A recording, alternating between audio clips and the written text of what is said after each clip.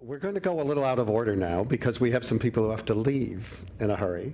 But I want to make so we're going to what was going to be the end of the event. But I don't see why we shouldn't celebrate it now. I mean, it's off Broadway. We're not uptight. We're flexible. That's the whole thing about off Broadway, right? We're not slaves of convention in any way. So with that, we're going to announce the best musical, which is traditionally the last award at any award show, right now. And the best musical, also, since we're not traditional, everybody already knows what it is. But I'm going to, so the best musical, the Off Broadway Alliance Best Musical Award for 2014 goes to Fun Home.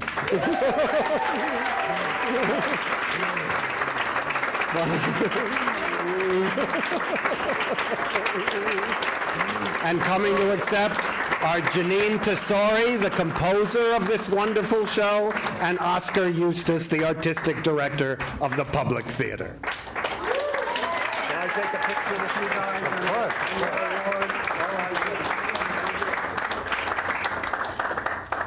And right over here. And right over here. Okay. Thank you. Producing Fun Home was really fun.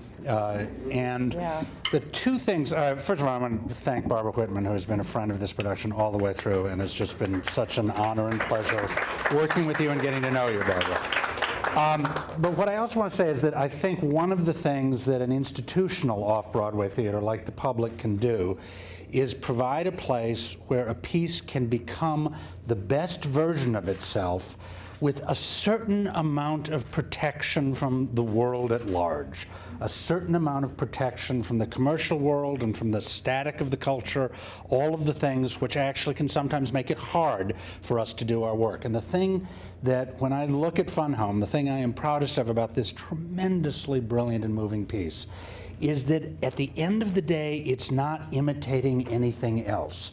The process that Lisa and Jeanine went through made it that was the perfect expression of this graphic novel turned into a musical. A weird thing to do in the first place, but I think ultimately a tremendously powerful and moving thing.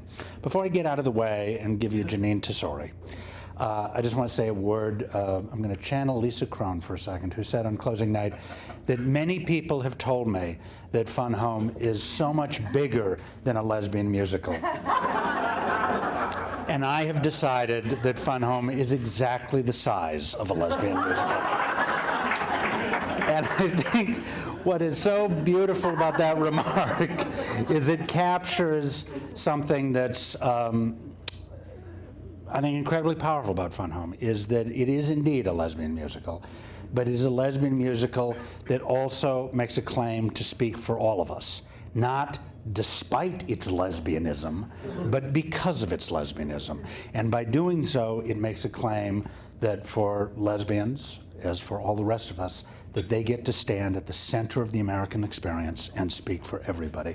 And that is a tremendously moving and powerful thing. I'm going to give you the brilliant composer of Fun Home, who I have to say I have known Jeanine for a while now. And I have watched her work with probably the most brilliant wordsmiths that I know in the theater. And she's a great composer. She does incredibly beautiful music, but what she also does in a way that I've not known any other composer do, she does dramaturgically brilliant musicals. She can take the writing of a Tony Kushner or a Lisa Krohn and set it to music and actually open it up and make that incredibly complex thought more accessible to an audience, which I don't know how she does it, but boy, I'm glad she does it at the Public. Jeanine Tesori.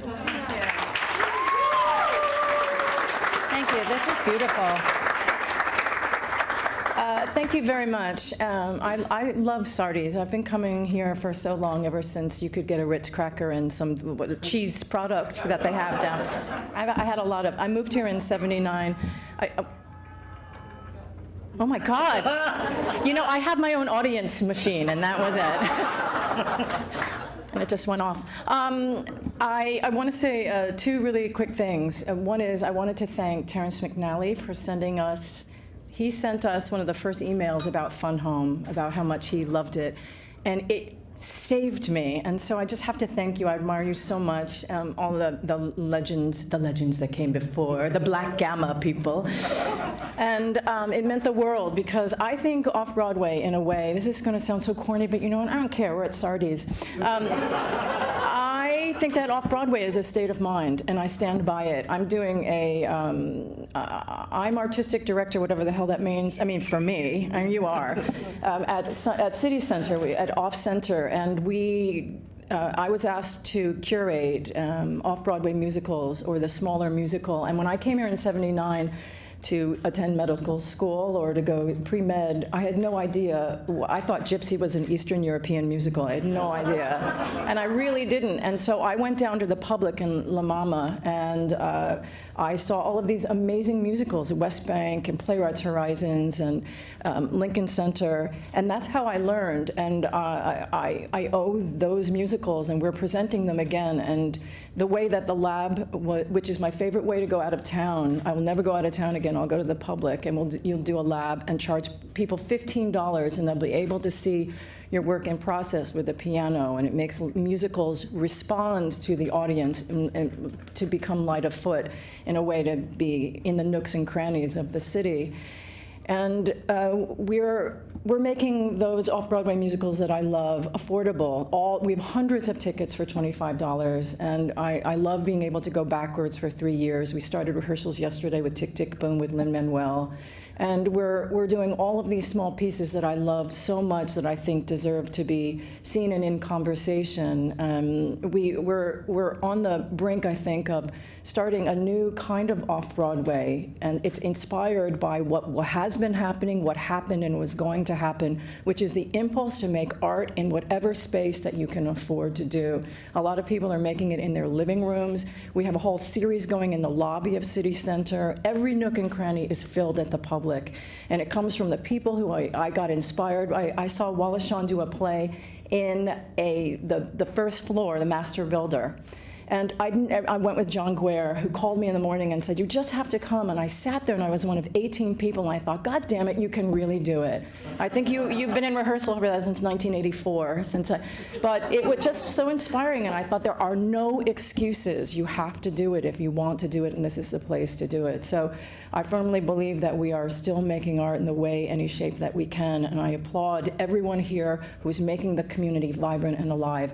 I treasure this. It's also really good looking and framed very well. Thank you very much.